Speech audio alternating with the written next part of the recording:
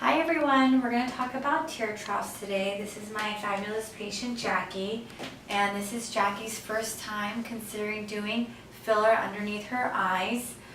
She has gorgeous eyes and really beautiful brows, and they're in a great position, but she has had some volume loss underneath the eyes, and eventually, because she does have a little bit of fat prolapse, she'll need a lower lid blepharoplasty in a few years.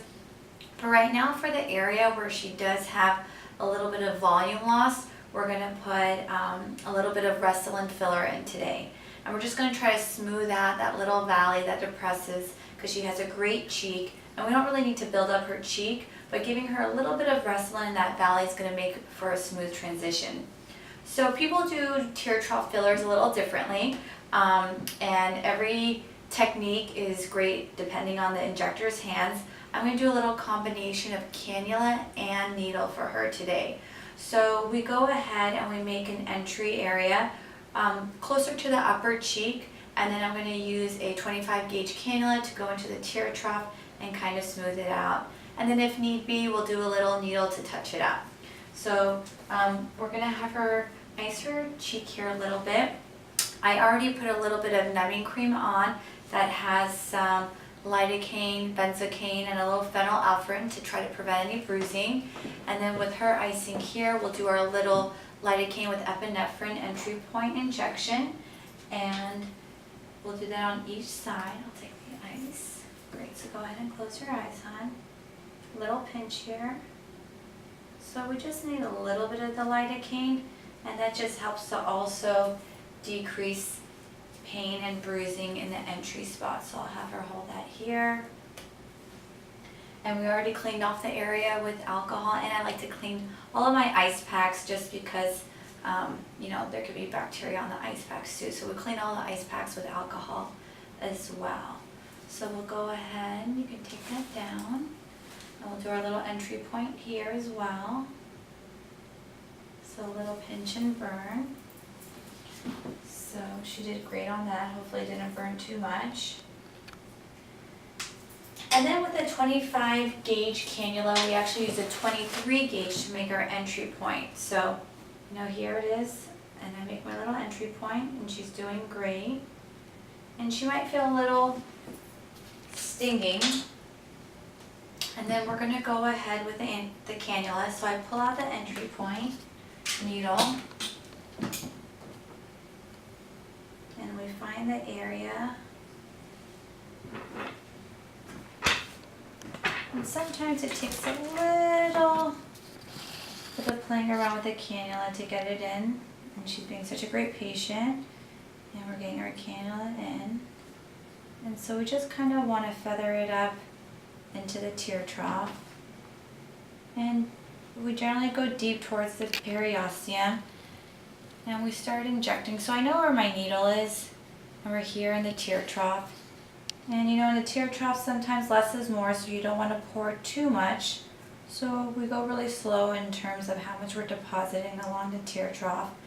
And the goal is to really just mildly give her some volume to blend it into her cheek, so that the lid cheek junction isn't so flat. I want to make a smoother transition, so that's what I'm doing here. And how are you doing, Jackie? Great. And you'll know you're in the right plane, because if you're not, the patient will let you know. Because if you're tugging on a nerve or in the wrong plane, it's quite uncomfortable for them. And she has a fair amount of volume loss, both medially and laterally. So when we're done medially, we'll come back laterally and we'll fill that too. And since this is her first time, we're not going to do too much, just enough so that she sees a nice difference. And the beauty about filler is you can always add more later. Good. So we filled it medially, and I'm going to go back there. But now we're going laterally, just to get all the way around her orbital rim and to the lateral acanthus, because usually when we lose volume, we definitely lose it all around the orbit. So we're just here at her lateral acanthus, and we're just going to deposit a couple little boluses there as well.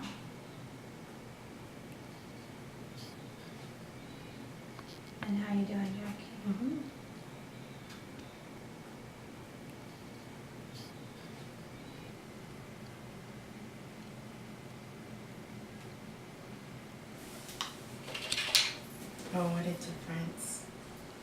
So we've done most of the injection with the cannula and it looks great. A lot of times I do want to top off in like certain areas to get it perfectly smooth and pristine. So I will use a BD syringe that's 31 gauges with a 5/16 needle, just to kind of be precise in certain locations. So that's what I'm doing right now. Otherwise, we're pretty much done with everything. And she's done really good.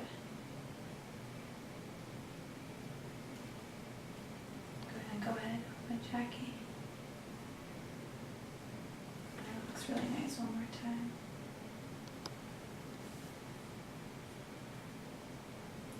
And even these injections are down to the periosteum, the same plane we had our cannula.